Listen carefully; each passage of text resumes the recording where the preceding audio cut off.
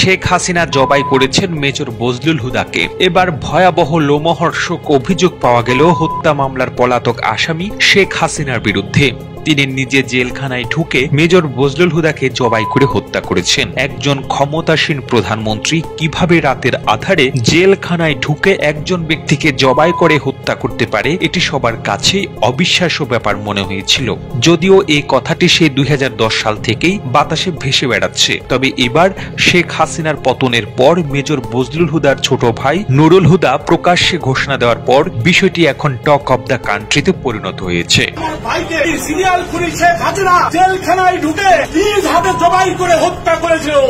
Major Bazlul হুদার ছোট ভাই নুরুল হুদা বলেন, আমার ভাইকে সিরিয়াল খুনি শেখ হাসিনা জেলখানায় ঢুকে নিজ হাতে জবাই করে হত্যা করেছিল।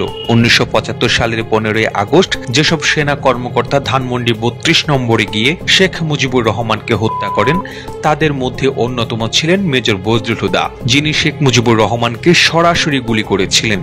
এই অপরাধে 2010 সালের 28 জানুয়ারি মেজর বজলুল হুদা সহ কারাগারে থাকা 5 জন ব্যক্তির ফাঁসি কার্যকরের সিদ্ধান্ত নেওয়া হয়। অনলাইনে ছড়িয়ে পড়া ঘটনার একটি ধারা বর্ণনা থেকে জানা যায়, সেই রাতে ফাঁসি কার্যকরের কিছুক্ষণ আগে ঢাকা কেন্দ্রীয় কারাগার এবং আশপাশের এলাকায় বিদ্যুৎ চলে যায়। সে সময় দুটো কালো পাজেরো গাড়ি কারাগারে প্রবেশ করে, যার একটিতে ছিলেন স্বয়ং প্রধানমন্ত্রী শেখ হাসিনা।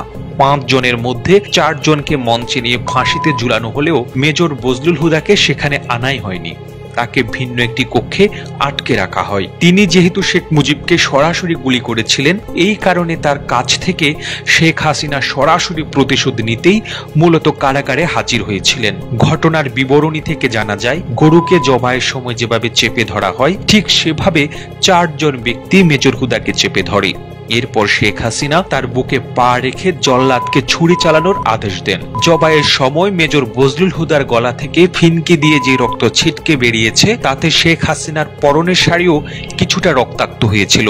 হত্যার পর মেজর বজলুল হুদার লাশ দাফনের জন্য নিজ এলাকায় পাঠানো হয়। সে সময় ধারণ করা ভিডিওতে তার গলার নিচে পরিষ্কারভাবে কাটার এবং সেলাইয়ের দাগ দেখা গেছে। সার্জারি বিশেষজ্ঞ বেশ কয়েকজন ডাক্তার ভিডিওটি দেখে মন্তব্য করেছেন, এটি কোনোভাবে ফাঁসির কিংবা পোস্টমর্টমের দাগ নয়, বরং এখানে পরিষ্কারভাবে সেলাই করা হয়েছে, সেটা বোঝাই যাচ্ছে। তাদের এই মূল্যায়নের সাথে জবাই সংক্রান্ত সেই বিখ্যাত লেখা এবং বজলুল হুদার ছোট ভাই নুরুল হুদার বক্তব্য মিলে যায় যে মেজর বজলুল হুদাকে ফাঁসিতে নয় বরং জবাই করে হত্যা করা হয়েছে এবং এতে শেখ হাসিনা সরাসরি যুক্ত ছিলেন। বিশ্লেষকরা বলছেন, বিভিন্ন দিক থেকে উঠে আসা এসব দাবি ও তথ্য প্রমাণ যদি সত্য হয়, তাহলে শেখ হাসিনা ক্ষমার অযোগ্য অপরাধ করেছেন, যা আন্তর্জাতিক আইনেও ভয়াবহ পর্যায়ের মানবতা বিরোধী অপরাধ। এমতা অবস্থায় বিভিন্ন মহল থেকে মেজর বজলুল হুদার মৃত্যুর বিষয়ে বিচার বিভাগীয় তদন্ত দাবি করা হচ্ছে এবং তদন্তে সেই ঘটনা সত্য প্রমাণিত হলে শেখ হাসিনাকে দেশে ফিরিয়ে